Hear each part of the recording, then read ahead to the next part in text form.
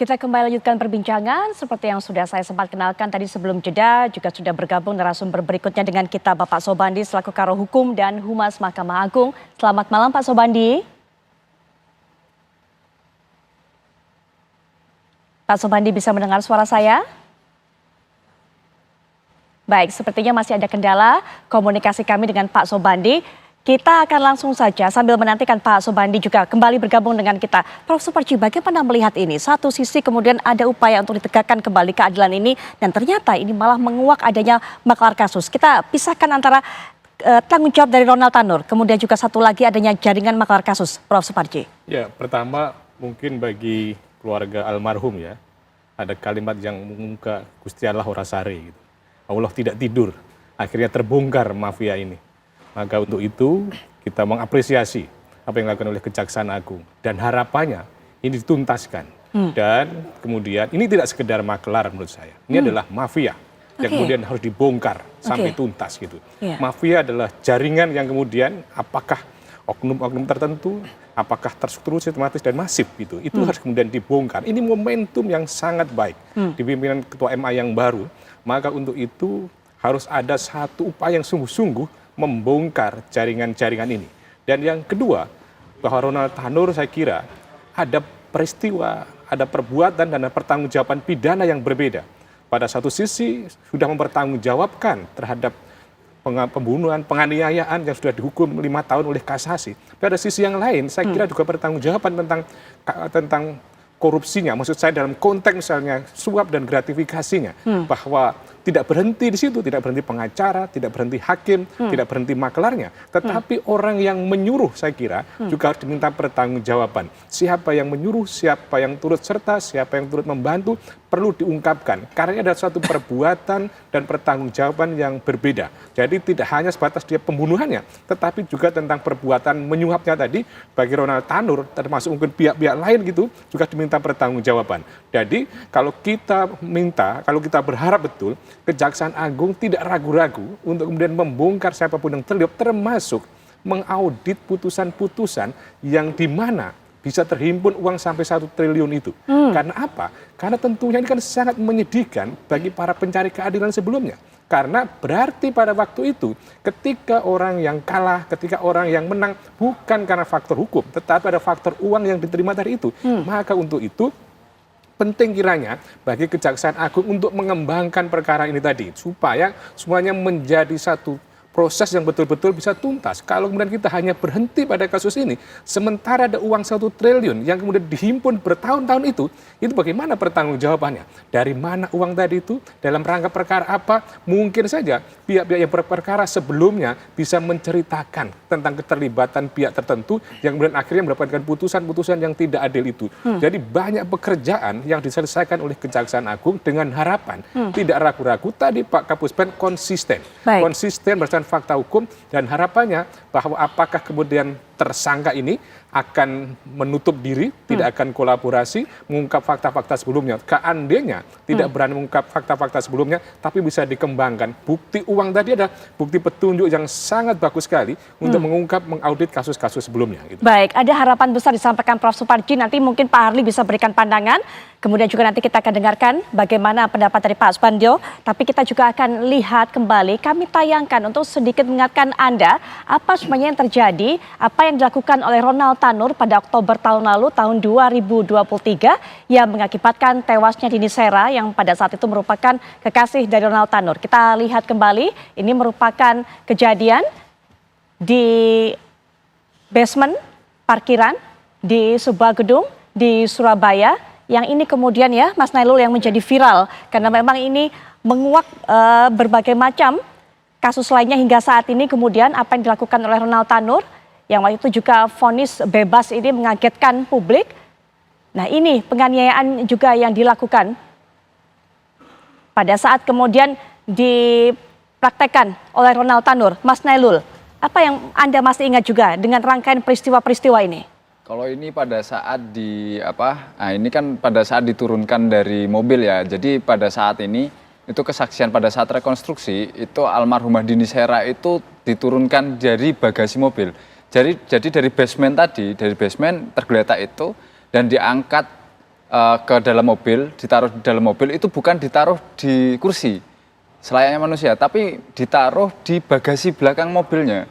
Yang di situ kalau kemarin pada saat saya mengikuti sidang itu kesaksian dari security pada saat membantu untuk mengangkat almarhumah itu adalah karena si Ronald Tanur ini katanya kenapa kok ditaruh di bagasi mobil, katanya kotor.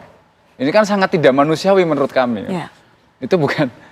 Dan setelah itu jarak dari basement ke rumah sakit dan basement ke apartemen itu tidak terlalu jauh. Tapi Ronald Tanur itu lebih memilih untuk membawa almarhum itu ke mana namanya, ke apartemen. Dan di apartemen pun itu Ronald Tanur tadi seperti yang di video yang ditampilkan bahwasanya Ronald Tanur menurunkan itu pun dibantu sama penghuni dari apartemen. Jadi Ronald Tanur tidak sendiri dan dibantu juga sama security. Setelah itu almarhumah Dini itu ditinggalkan begitu saja di lobi apartemen. Sedangkan Ronald Tanur naik ke atas dan ada indikasi dia mau kabur sehingga dicegatlah sama security. Itu yang ada di rekonstruksi dan tidak diakui di dalam persidangan oleh Ronald Tanur. Baik, itu sedikit mengingatkan kita apa yang sudah diperbuat oleh Ronald Tanur tentunya. Nah, kita kembali terhubung dengan Pak Sobandi selaku Karo Hukum dan Humas Mahkamah Agung. Pak Sobandi, sudah bisa mendengar suara saya, Pak? Sudah, alhamdulillah. Selamat malam, Mbak Putri. Selamat malam, Pak Sobandi. Assalamualaikum warahmatullahi wabarakatuh, Pak Sobandi. Waalaikumsalam warahmatullahi wabarakatuh. Ya, baik. Pak Sobandi, sebenarnya bagaimana pengawasan internal di pihak Mahkamah Agung sendiri sehingga kemudian yang kita ketahui bersama ada seorang pejabat MA pada saat menjabat ini kemudian ia mengakui menjadi maklar kasus sehingga menghimpun dana sebegitu besarnya, bahkan pada saat ini sudah pensiun pun juga masih melakukan hal yang sama dan coba ini menjadi perantara untuk melakukan suap terhadap hakim yang kemudian nanti akan mengadili kasus Ronald Tanur begitu. Silakan Pak Sobandi. Mengenai status JTR sudah disampaikan oleh juru bicara Mahkamah Agung bahwa beliau sudah 2 tahun pensiun, sehingga pembinaan dan pengawasan terhadap yang bersangkutan sudah bukan kewenangan dari Mahkamah Agung. Pembinaan dan pengawasan Mahkamah Agung selalu dilakukan kepada seluruh hakim, termasuk Hakim Agung. Setiap bulan rutin dilakukan oleh Ketua Mahkamah Agung, bahkan oleh ketua-ketua di tingkat pertama, pengadilan tingkat pertama maupun tingkat banding, mereka rutin melakukan pembinaan. Bahkan Kepala Badan Pengawasan menurunkan tim untuk menjadi pengawasan di daerah-daerah. Jadi kita selalu rutin melakukan pembinaan dan pengawasan. Baik, pembinaan pengawasan dilakukan secara rutin. Memang ZR ini dilakukan saat ini sudah pensiun, tapi kemudian ia juga mengakui pada saat masih menjabat, ia juga melakukan praktek hal yang sama. Sebenarnya bagaimana ada celah-celah ini sehingga kemudian bisa luput dari tim pengawasan, Pak Sobandi? Jadi mengenai apa yang dilakukan oleh ZR selama dia menjabat, itu memang luput dari pengawasan karena itu ya istilahnya gimana ya, perbuatan ya seperti perbuatan yang melanggar undang-undang tapi tidak diketahui mungkin oleh pengawasan.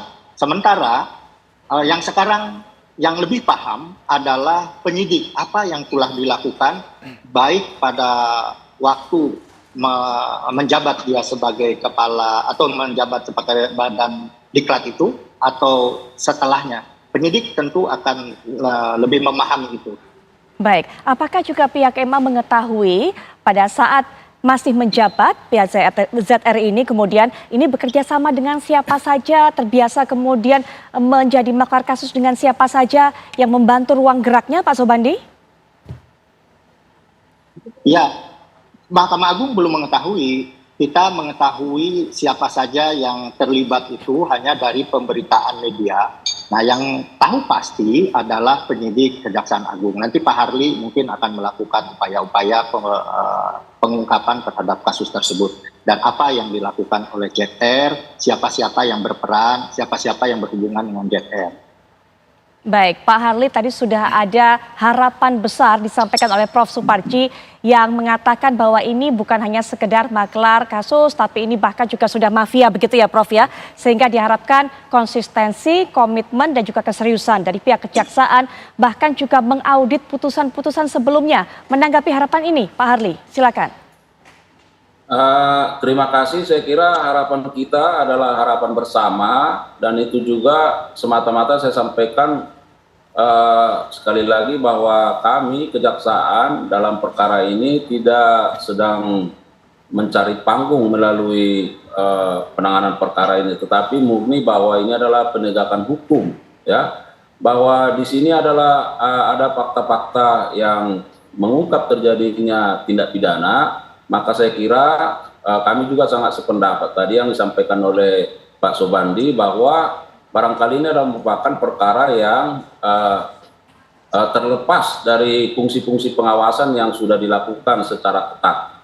Nah, kemudian yang kedua, bahwa apa yang diharapkan Prof. Suparji, saya kira itu harapan kita semua, bahwa memang penegakan hukum tidak lagi ansih hanya berbasis pada bagaimana tujuan hukum itu yang berkepastian, ya, tetapi juga harus memperhatikan sisi tujuan hukum keadilan dan kemanfaatan. Nah, kalau kita lihat flashback sedikit apa yang sudah diputar kembali tadi oleh TV One, bahwa memang sejak awal, sejak putusan ini dinyatakan bebas, kami adalah pihak yang sangat bersuara lantang untuk menyampaikan hal ini, ya, bahwa kami melihat ada sesuatu yang salah, ada sesuatu yang kurang dalam prosesnya. Kenapa? Karena kalau kita melihat sesungguhnya ada korban, ada orang yang meninggal, ya. Lalu kalau kita melihat fakta-fakta persidangan yang sudah disampaikan pada waktu itu, saya kira sudah sangat komplikated, termasuk pasal-pasal dakwaannya. Tetapi itu juga bisa lepas, itu juga bisa menjadi putusan yang dinyatakan bebas. Nah, kami kira itu kembali kepada bagaimana person, oknum-oknum memandang perkara itu, dan tentu ada konsekuensi, ya, dari pilihan-pilihan yang sudah dipilih. Nah, bahwa sejak awal kami melihat ada sesuatu yang salah, oleh karenanya kami juga sudah melakukan monitoring berdasarkan berbagai informasi yang diperoleh, ya, sehingga sampai pada tahap ini terhadap pihak-pihak terkait itu tentu dilakukan upaya-upaya penindakan dalam rangka penegakan hukum yang berkeadilan dan bermartabat. Saya kira begitu, Mbak.